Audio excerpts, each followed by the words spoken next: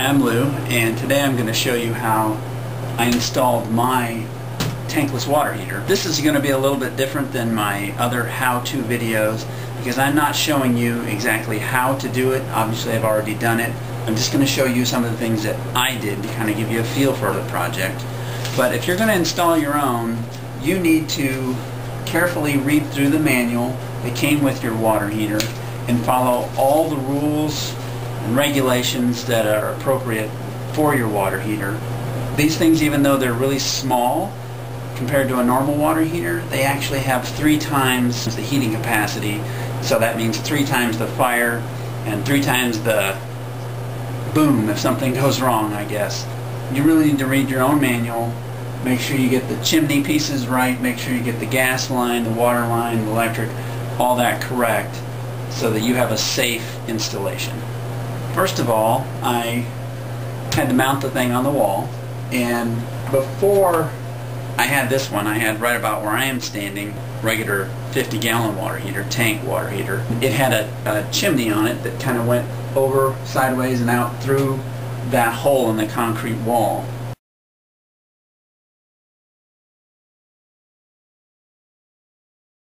I ripped that all out and then measured how high I wanted this so that I could have my chimney go up and turn and go right out the wall. You want to make this chimney piece as short as possible. So you're just, these guys are really expensive actually. Each piece is like 50 bucks.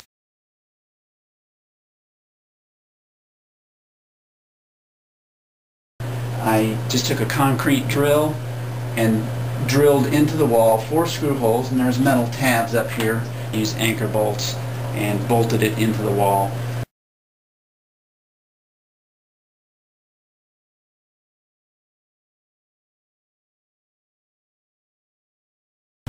Put these chimney pieces together and in and through.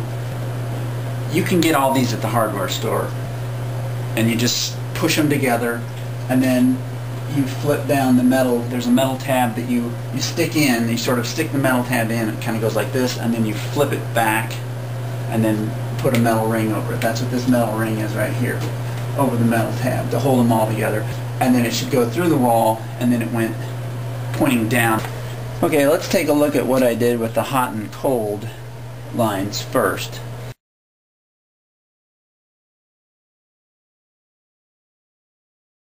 Under here, my hot line was marked with a red and the cold is blue. They provide this piece out the water heater, and the first piece I needed was this little brass guy here.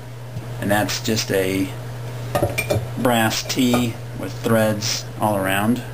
I actually don't have the piece that goes into it, but I have another one that's threaded, and I can show you. See, that'll thread right in there. The way I threaded it was, you buy this Teflon tape up and you wrap several times around the threaded end like that, maybe 4 or 5 times, and then screw this in. And you'll have to use wrenches, of course.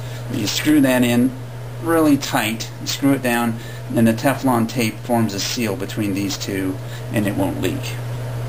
So anyway, a lot of these things are screwed together in that way. So this is a pop-off valve that if the pressure gets too high for whatever reason, this has a spring load, and it will pop and send water down, and this just goes down into my sump pump drain. Teed off, and then this is a 2-way, it's called a nipple. It has threads on both sides. It's right in the middle. It's just a little piece of pipe that long, threaded on both sides. To another T with, what they call that, some kind of a cork, a screw-in cork into the bottom of that one.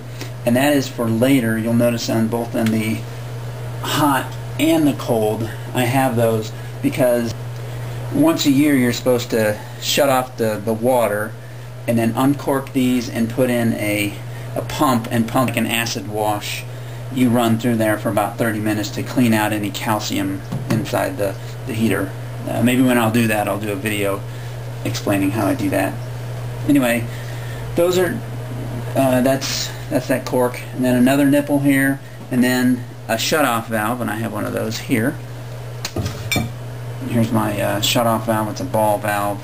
You just basically, if you look in there, you can't see through it because it's off. And then when you open it, you can see right through it. And screwed that in on both sides. I, since though, went to the hardware store and I found this, and I would recommend this one instead. Instead of threads, it's press-on. Notice I actually took one of these with the, it's got a copper tube end.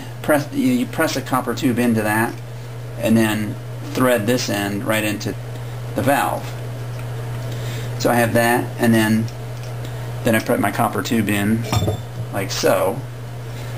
Well, I found out that you can just buy a valve like this that already has the copper end in it. So, you know, why buy 3 pieces when you can just buy this one? And let me demonstrate how this works. Basically, that's just a kind of a safety cap that can come off. These are really neat. Instead of having to use a torch and put copper together with solder or flux, you just take this piece. If you look inside there, there's little metal teeth all the way around inside this thing, and then at the very bottom, around the outside edges, there's a rubber O-ring. What happens is you take a piece of copper pipe, cut it to length, and shove it in like this. Done. That's literally how you hook it up. You just push a piece in there and you can use it under pressure now, water pressure. You don't have to solder anything. And actually, you can, it's not that easy, but you can press down on this, literally pull that copper piece back out. It's not real easy, but can be done in case you make a mistake. Depends on the hardware store you go to, but here's some other ones. These are press-ins also. It's a different kind. I don't remember the brand names of either one of them, but that's another option. There's an elbow in that, and here's an elbow in this. I like these better because you can literally press down by hand. These supposedly you need a special tool to press on these to get them apart. So, but the tool's cheap too. So whatever your hardware store sells, you can do these press together copper ends. So, back in there, there's my elbow, and then up. And I started using that pipe insulation just because it's my hot water line. I didn't want to lose any heat. Up and over. There's another elbow, press-in elbow. There, press. And finally, I connected to the old water line that used to come down to the old water heater. Now for my cold water line. And this one, according to my manual, I had to use a check valve, which only lets water flow one way. I guess in this case it would be in, and here's what that looks like. You can see it's like a spring-loaded thing, and only water can go in that way. Make sure there's an arrow on it that shows direction of flow, so you only want it to go in, and that screws on to the existing fixture that came with the unit, and then another nipple in between.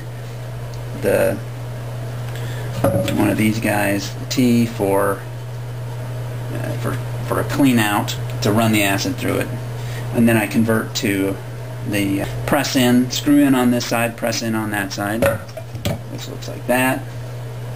And then piece of copper pipe all the way, elbows and whatnot.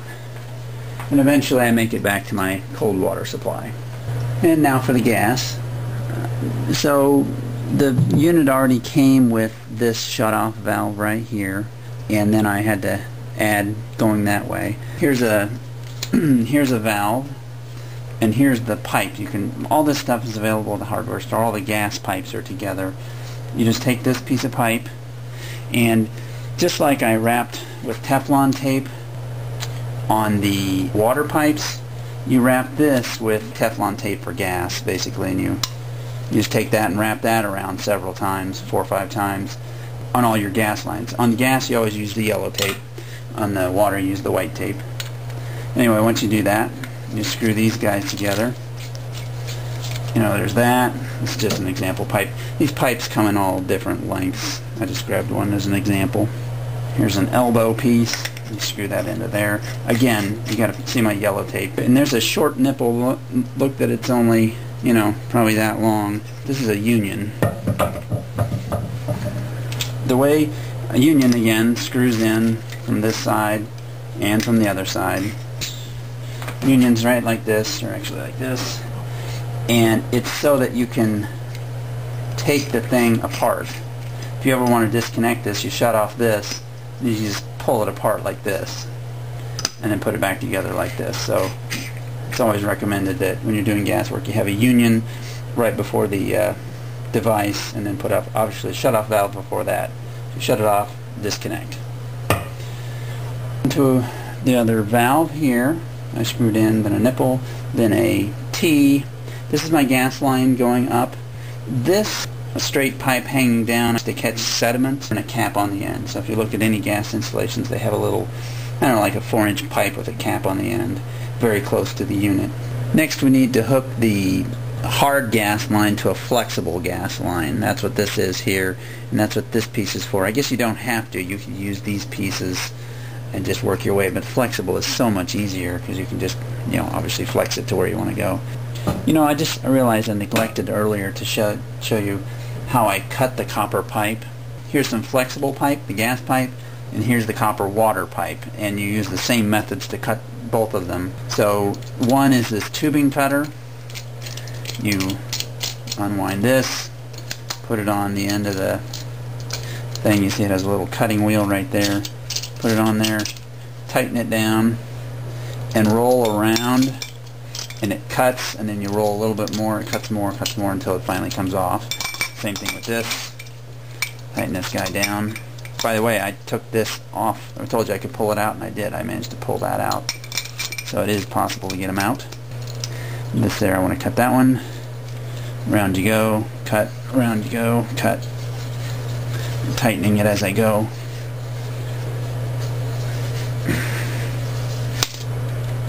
There. Just cut a piece off with the cutter. This method isn't quite as good for going into these push-in ones because it kind of widens the end just a little bit to where it's hard to get in those. So that's one way. The better way to cut, at least to go into there, is with a hacksaw. Just line it up and saw it like you would a piece of wood. Cut a piece off of that. You can also use the hacksaw for the yellow gas line. Obviously, cut it off. And if you happen to have one of these on hand, this is what I actually used. It's an angle grinder with a metal cutting blade. It just zips right through that, or this, both ways. This end goes onto the, hooks onto the flexible gas line, and then it has threads right there that you screw into your hard stuff. The way you hook this to a hard line with that, put this piece on it, and they say to cut back 1, 2, 3, 4, 5, 6 bumps. Take the plastic off.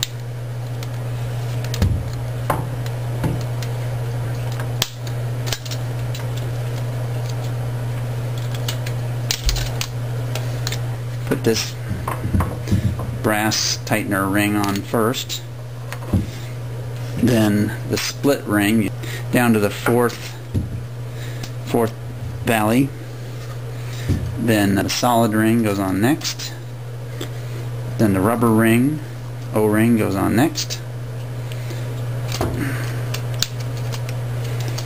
and then finally this piece goes on like this.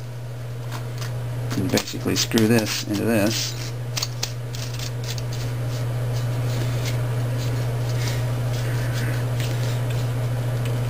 I think they say it's like just a quarter turn past hand tight. You have to read the instructions, but put that together like this. Now you have a flex line, and you can just bend this thing anywhere you want and connect this to your hard line gas. This is my converter to flex, and then I run my flex up, over.